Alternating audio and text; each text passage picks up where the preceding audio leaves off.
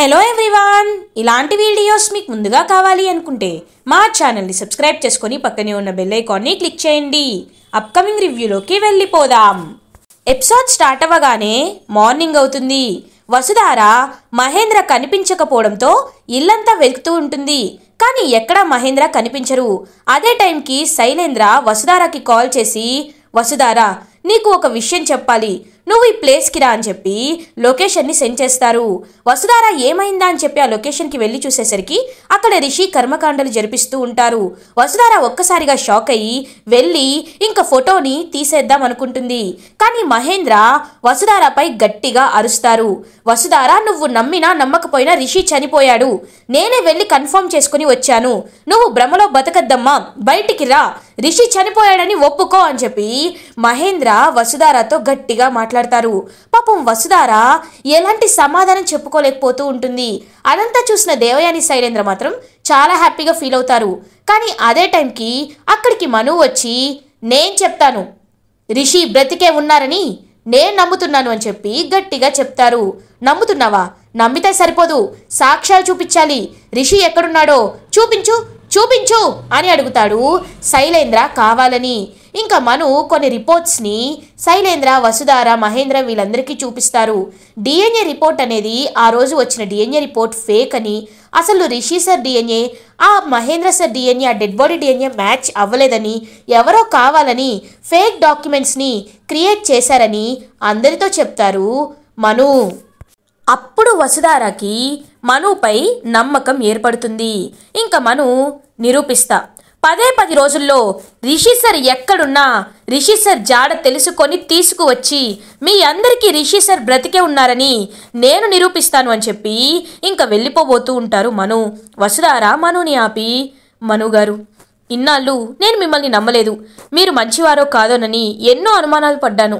కానీ ఈ సంఘటనతో నాకు అర్థమైంది మీరు మంచివారని. రిషి సార్ని వెతకడానికి మీరు నాకు సహాయం చేస్తారా అని అడుగుతుంది వసుధార. మేడం, తప్పకుండా సహాయం చేస్తాను. రిషి సార్ రావడం ఈ డిబిఎస్టి కాలేజ్కి అవసరం అనుకుంటే ఎలా అయినా రిషి సార్ని వెతికి పట్టుకొని తీసుకువస్తాను అని చెప్పి ఇంకా వసుధారకి మాటిచ్చి మను అక్కడి నుండి వెళ్ళిపోతారు. వసుధార మహేంద్ర దగ్గరికి వస్తుంది. విన్నారు కదా మావయ్య, చూశారు కదా, నా నమ్మకమే నిజమైంది, ఇప్పుడేమంటారు మావయ్య అని అడుగుతుంది వసుధార. అమ్మ వసుధార, నన్ను క్షమించమ్మా. డిఎన్ఏ రిపోర్ట్స్ కూడా మ్యాచ్ అయ్యాయనే నేను అలా అనుకున్నాను. కానీ రిషి బ్రతికే ఉన్నాడు అని తెలిస్తే నాకు ఎంతో సంతోషంగా ఉంది. నాకు చాలా సంతోషంగా ఉందమ్మా. ఇంకా నేను ఎలాంటి బాధ పెట్టుకోను. ఖచ్చితంగా నా కొడుకు రిషి తిరిగి వస్తాడమ్మా అని ఇంక అక్కడి నుండి మహేంద్ర, వసుధార, అనుపమ వెళ్ళిపోతారు. ఫణీంద్ర కూడా రిషి బ్రతికే ఉన్నాడని తెలిసాక నాకు సంతోషంగా ఉందని హ్యాపీగా ఫీల్ అవుతారు. కానీ దేవయాని శైలేంద్ర మాత్రం చాలా జెలస్గా, షాక్డ్గా ఉండిపోతారు. దేవయాని శైలేంద్రతో, ఏంటి నాన్న, ఏ పని చేసినా ఇలా అడ్డం తిరుగుతుందేంటి? అయినా అసలు ఈ మనుగాడెవడు? ఎందుకు వీడికి కాలేజ్ విషయాలన్నా, మన ఇంటి విషయాలన్నా, ముఖ్యంగా వసుధార విషయాలన్నా అంత ఉత్సాహం చూపిస్తున్నాడు అని అడుగుతుంది దేవయాని. ఏమమ్మం, అసలు వాడి గురించి నాకు అర్థం కావట్లేదు. ప్రతిసారి కాలేజ్కి ప్రాబ్లం వస్తే రావడం, సాల్వ్ చేయడం అనుకున్నాను. ఇప్పుడు వసుధారకి ప్రాబ్లం తెచ్చినా వాడు సాల్వ్ చేస్తున్నాడు. వీడి గురించి పక్కన పెట్టినా ఇంకొక 10 రోజుల్లో రిషి తిరిగి వస్తాడంటే నా కాళ్ళు చేతులు వణుకుతున్నాయి మామ్. ఒకవేళ మనం అనుకున్నట్లు రిషి నిజంగా తిరిగి వస్తే, రిషికి నిజం తెలిస్తే నన్ను బ్రతికిస్తాడమ్మో అని భయపడుతూ ఉంటాడు శైలేంద్ర. నాన్న శైలేంద్ర, నువ్వు భయపడద్దు నాన్న. మనకి అన్నిటికంటే పెద్ద శత్రువేదో తెలుసా? భయమే పెద్ద శత్రువు. నువ్వు భయపడద్దు. అయినా అసలు ఈ మను ఎందుకని వీళ్ళ విషయాల్లో ఇంతలా ఆరా తీస్తున్నాడు? ఎందుకు వీళ్ళకి ఇంతగా సపోర్ట్ చేస్తున్నాడు? ఎవరో ముక్కు మొహం తెలియని వ్యక్తులకైతే ఇంత దూరం ఎంత మంచివారైనా సపోర్ట్ చేయరు. అతని వెనకాల ఏదో గతం ఉంది. ముందు ఆ మనుగాడి గతమేంటో తెలుసుకుంటే వాడి ద్వారా మనం ఏదైనా విషయాలని అందరి ముందు బయట పెట్టచ్చు. వాడు అన్ని చెప్పేవి అబద్ధాలను నమ్మించచ్చు, లేకపోతే వాడి గతాన్ని అడ్డం పెట్టుకొని వాడిని బెదిరించచ్చు. నాన్న, రిషి ఎప్పుడొస్తాడో తెలీదు, కానీ అంతకంటే ముందు నువ్వు మను గతాన్ని గురించి తెలుసుకో అని చెప్పి దేవయాని సలహా ఇస్తుంది శైలేంద్రకి. సరే మోమ్, నువ్వు చెప్పినట్టే వాడి గతం గురించి నేను తెలుసుకుంటాను అని ఇంకా శైలేంద్ర అక్కడి నుండి బయలుదేరుతాడు. ఇదంతా చూస్తున్న ధరణి మాత్రం అతను ఎవరో తెలియదు కానీ దేవుడిలా వచ్చి రిషి కర్మకాండలు జరగకుండా ఆపేశాడు. వసుధారాన్ని కూడా తన తనని కాపాడారు. ఖచ్చితంగా ఇతను ఎవరై ఉంటారు? ఇతన్ని చూస్తుంటే తెలిసిన మనిషిలా ఉన్నాడు కానీ కాదు అని చెప్పి ఇంకా ధరణి కూడా ఆలోచిస్తూ ఉంటుంది. ఇది ఇలా ఉండగా నైట్ అవుతుంది. ఇంకా వసుధార మహేంద్ర చాలా హ్యాపీగా ఫీల్ అవుతారనమాట. ఖచ్చితంగా మనుని చూస్తుంటే రిషిని తిరిగి తీసుకువస్తాడమ్మా, తీసుకువస్తాడు.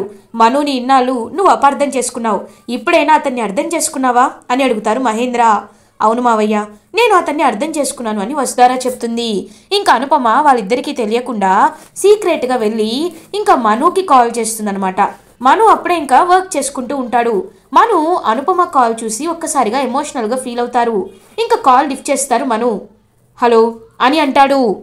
నిజంగా నువ్వు చెప్పినట్లు రిషి బ్రతికే ఉన్నాడా అని అడుగుతుంది అనుపమ. తెలీదు, తెలుసుకోవాలి అని అంటాడు మను. అది కాదు, అసలు ఆ డిఎన్ఏ రిపోర్ట్స్ ఫేక్ అని నీకు ఎలా తెలిసాయి? నువ్వు ఎలా వాటిని కనిపెట్టావు అని అడుగుతుంది అనుపమ. చూడండి, అవి తెలుసుకోవడానికి చాలా దారులుంటాయి. అందులో ఒకటి ప్రయత్నించాను. ఇప్పటికైతే ప్రాబ్లం సాల్వ్ అయింది కదా. రిషిని తిరిగి తీసుకువచ్చే బాధ్యత నాదని అందరి ముందు నేను చెప్పాను కదా. ఇంకా మీరు ఈ విషయం గురించి ఎక్కువ ఆలోచించి నాకు ఫోన్ చేయొద్దు అని కాల్ కట్ చేస్తాడు మను. ఇంకా మను అయితే అనుపమ గురించి బాధపడుతూ ఉంటాడు. అనుపమ కూడా మను గురించే ఆలోచిస్తూ ఉంటుంది. ఇది ఇలా ఉండగా మార్నింగ్ అవుతుంది. ఇంకా అప్పుడే వసుధార, మను అండ్ ముకుల్ ముగ్గురు ఇంకా మీట్ అవుతారనమాట. మను అయితే ముకుల్ని చూస్తూ ఉంటారు. ఇంకా వసుధార అంటుంది, ముకుల్ సార్, తనే మను గారు, మా కాలేజ్లో కొత్తగా డివిఎస్టీ కాలేజ్కి డైరెక్టర్గా జాయిన్ అయ్యారని చెప్పి ఇంకా వసుధార పరిచయం చేస్తుంది. ఓ హలో సార్ అని చెప్పి ఇంకా ముకుల్ మను ఇద్దరు పరిచయం చేసుకుంటారు. ముకుల్ మనుతో, సార్ మీ గురించి మేడం చెప్పారు, ఆ డిఎన్ఏ రిపోర్ట్స్ ఫేక్ అని మీరు ప్రూవ్ చేశారంట.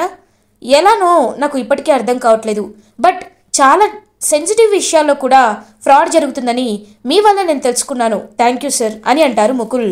సార్, ఇందులో మీది ఎలాంటి తప్పు లేదు. ఎవరో కావాలనే పకడ్బందీగా ప్లాన్డ్గా డిఎన్ఏ రిపోర్ట్స్ని మార్చారు. కాబట్టి ఈ విషయంలో మిమ్మల్ని తప్పు పట్టాల్సింది ఏమీ లేదు. ఇంకొంచెం కరెక్ట్గా ఉంటే సరిపోయేది అని అనుకున్నాను అంతే అని అంటారు మను. ఇంకా ముకుల్, అయితే రిషి సార్ బ్రతికే ఉన్నారని మీరు నమ్ముతున్నారు. రిషి సార్ ఎక్కడ ఉన్నారో ఎవరికీ తెలీదు. ఒక చిన్న ఫోన్ కాల్ కానీ సార్ గురించి కానీ ఇన్ఫర్మేషన్ కానీ ఏది ఎక్కడా రాలేదు. ఒకవేళ మనం అనుకున్నట్లు శత్రువులు రిషి సార్ని కిడ్నాప్ చేసి ఉంటారా అని అంటారు ముకుల్. ఇంకా మను, ఒకవేళ శైలేంద్ర రిషి సార్ని కిడ్నాప్ చేశాడు అని అనుకుంటే అతను ఎప్పుడో ఆ విషయాన్ని అందరికీ చెప్పేవాడు. వసుధార గారిని బెదిరించే రిషి సార్ని వదిలితే గాని నేను ఎండీ సీట్ ఇవ్వను అని అనేవాడు. కానీ అలా జరగలేదంటే శైలేంద్ర దగ్గర కూడా రిషి సార్ లేరు. ఎందుకంటే అతని బిహేవియర్, అతని మాట తీరు బట్టే అతను అబద్ధం చెప్పట్లేదనే విషయం అర్థమవుతుంది అని అంటారు మను. సార్ మీరు అని అంటాడనమాట ముకుల్. ఇదంతా నేను ఎలా చెప్పగలను అనుకుంటున్నారు కదా. నేను సైకాలజీ చదివాను సార్, అందుకే మనుషుల బిహేవియర్ బట్టి వాళ్ళ ఫేషియల్ ఎక్స్ప్రెషన్స్ బట్టి నేను కాస్త అంచనా వేయగలను అని అంటాడు మను. ఓ, అయితే ఈ కేసు సాల్వ్ చేయడానికి మీరు మాకు బాగా యూజ్ అవుతారు అని చెప్పి ఇంకా ముకుల్ అండ్ మను ఇద్దరు మాట్లాడుకుంటూ ఉంటారు. మేడం, మీకు ఇంకా ఎవరిపైనైనా అనుమానం ఉందా అని అడుగుతారు. అనుమానం అంటే అని ఆలోచిస్తూ ఉంటుంది. ఇంకా వెంటనే మను, మేడం, అదే మీ ఇంటికి ఒకసారి వచ్చాడు కదా మొన్న, అది కాకుండా మిమ్మల్ని బలవంతంగా తీసుకువెళ్ళాలనుకుంటే నేను కాపాడాను, అదే మీ బావ రాజీవ్, అతనిపై ఏమైనా మీకు అనుమానం ఉందా అని అడుగుతాడు మను. ఒకవేళ రాజీవే ఇలా చేసుంటాడా అని చెప్పి ఆలోచిస్తూ ఉంటుందన్నమాట. ఇంకా వసుధార, ఏమో, ఎవరి మీద అనుమానం వచ్చినా మనం వాళ్ళని ఇంట్రాగేట్ చేయకుండా వదలకూడదు, నాకెందుకో ఆ రాజీవ్ మీదే డౌట్గా ఉంది అని అంటారు ముకుల్ కూడా. ఇంకా మను ఆలోచిస్తూ ఉంటారు. సార్ మీరేమంటారు అని అడుగుతారు ముకుల్. మీరు చెప్పేది నిజమే సార్, ఒకవేళ ఆ రాజీవ్ కూడా అయ్యుండొచ్చు. ఎందుకంటే అతనికి తప్ప రిషి సార్ని కిడ్నాప్ చేయాల్సిన అవసరం ఎవరికీ లేదు. అయితే వాడు ఎక్కడున్నాడో నేను ఖచ్చితంగా తెలుసుకుంటాను, తెలుసుకొని వాడిని నా స్టైల్లో ఇంట్రాగేట్ చేస్తాను అని అంటారనమాట. ఇంకా ముకుల్ అయితే, మీరు అదే పనిపై ఉండండి సార్, మేము కూడా అదే పనిపై ఉంటామని చెప్పి ఇంకా వసుధార అండ్ మను కూడా అక్కడి నుండి డిబిఎస్టీ కాలేజ్కి వెళ్ళిపోతారు. ఇటువైపు ముకుల్ ఎక్కడ రాజీ ఉన్నాడా అని చెప్పి తెలుసుకోవడానికని ఇంకా మొత్తం వెతుకుతూ ఉంటారు. ఇది ఇలా ఉండగా మహేంద్ర అనుపమ కాలేజ్కి రీచ్ అవుతారు. ఇంకా అనుపమతో మహేంద్ర, అనుపమ నిజంగా నిజంగా రిషి మనకి తిరిగి కనబడతాడంటావా అని అడుగుతారు. అదేంటి, మను చెప్పాడు కదా, వాడు చెప్తే ఎలాంటి పనైనా అయిపోవాల్సిందే, వాడి గురించి నాకు తెలుసు కదా అని అంటుంది అనుపమ. ఏంటి, మను గురించి నీకు తెలుసా అని అంటారు. అంటే అతన్ని చూస్తుంటే చాలా మొండివాళ్లా ఉన్నాడు, ఖచ్చితంగా అతను అనుకున్నది సాధించేవాళ్లా ఉన్నాడు, అందుకే అలా అన్నాను అని అనుపమ కవర్ చేసేస్తుంది. ఇంకా మహేంద్ర, ఏది ఎలా అయినా మనుని చూస్తుంటే నాకు చాలా గర్వంగా అనిపిస్తుంది, రిషిని తీసుకువస్తే మనుకి నేను ఏమిచ్చినా రుణం తీరదు అని చెప్పి ఇంకా మహేంద్ర అయితే హ్యాపీగా ఫీల్ అవుతారనమాట. ఇంకా రిషి గురించి అండ్ మను గురించి తలుచుకుంటూ, అనుపమ మను ఎక్కడ నీకు కొత్త ఇబ్బందులు తెచ్చిపెడతాడనని నాకు భయంగా ఉంది మహేంద్ర అని మనసులో అనుకుంటారు అనుపమ. ఇది ఇలా ఉండగా వసుధార మను అయితే ఇంకా కాలేజ్కి రీచ్ అవుతారు. శైలేంద్ర వాళ్ళ వైపే ఇంకా చూస్తూ ఉంటాడనమాట దొంగతనంగా. ఇంకా వసుధార, సార్ ఖచ్చితంగా రిషి సార్ ఎక్కడున్నారో మా రాజీవ్ బావకి తెలుసని నేను అనుకుంటున్నాను అని అంటుంది వసుధార. అవును మేడం, మనం కూడా అదే ఆశిద్దాం, రిషి సార్ త్వరగా దొరకాలనే కోరుకుందాం అని ఇంకా అక్కడి నుండి మను అండ్ వసుధార వెళ్ళిపోతారు. శైలేంద్ర, వీడిని ఒక కంట కనిపెడుతూనే ఉండాలి, వీడు ఎక్కడికి వెళ్తున్నాడు, వీడి ప్రతి కదలిక నేను తెలుసుకోవాలి అని చెప్పి ఇంకా శైలేంద్ర అయితే ఒక స్పైలా యాక్ట్ చేస్తూ ఉంటాడు ఇంకా అతని గురించి, లైక్ మను గురించి. ఇది ఇలా ఉండగా ఈవినింగ్ అవుతుంది.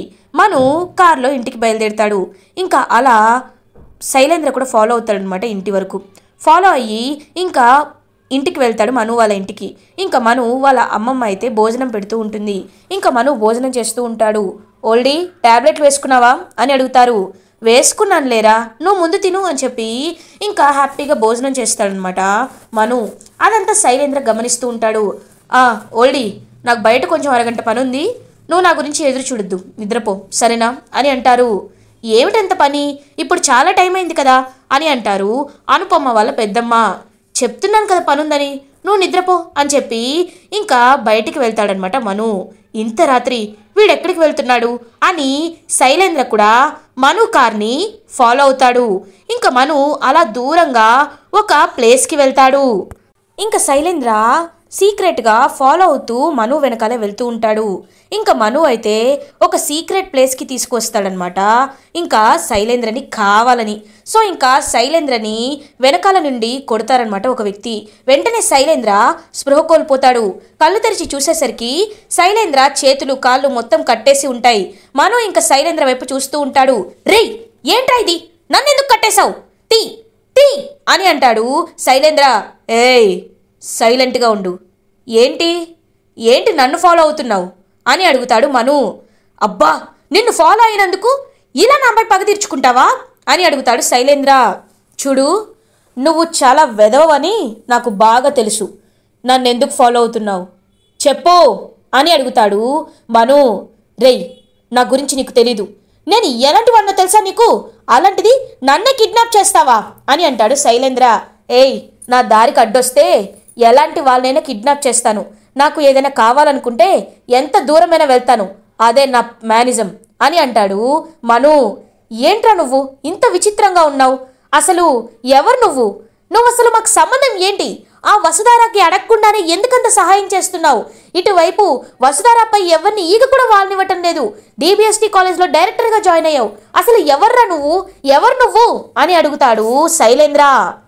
ఇప్పుడు నీ ప్రశ్నలకి సమాధానం కావాలా, లేకపోతే నేను ఇక్కడికి ఎందుకు వచ్చానో నీకు తెలియాలా అని అడుగుతాడు మను. అసలు ఎవర్రా నువ్వు అని అడుగుతారు. ఇంకా అప్పుడే కరెక్ట్గా మను అయితే ఒక ప్లేస్కి వెళ్తూ ఉంటాడు. ఇంకా అలా చూడగానే వీల్ చైర్లో రిషి ఉంటాడు. రిషిని అలా తీసుకువస్తూ ఉంటాడు మను. ఒక్కసారిగా షాక్ అయిపోతాడు శైలేంద్ర. రిషి రిషి ఏంట్రా నీ దగ్గర ఉన్నాడు అని అడుగుతాడు. షో, సైలెంట్గా ఉండు, మళ్ళీ నిద్రలేస్తాడు, సైలెంట్గా ఉండు అని ఇంకా కొన్ని మెడిసిన్స్ అయితే ఇస్తూ ఉంటారు రిషికి. మను, ఏంట్రా నువ్వు, అసలు నీ ప్లాన్ ఏంట్రా, రిషి నీ దగ్గర ఉన్నాడా అని చెప్పి శైలేంద్ర షాక్ అయిపోతాడు. అవునో, రిషి నా దగ్గరే ఉన్నాడు, కొన్ని రోజులు రిషి నా దగ్గరే ఉంటాడు కూడా అని అంటాడు మను.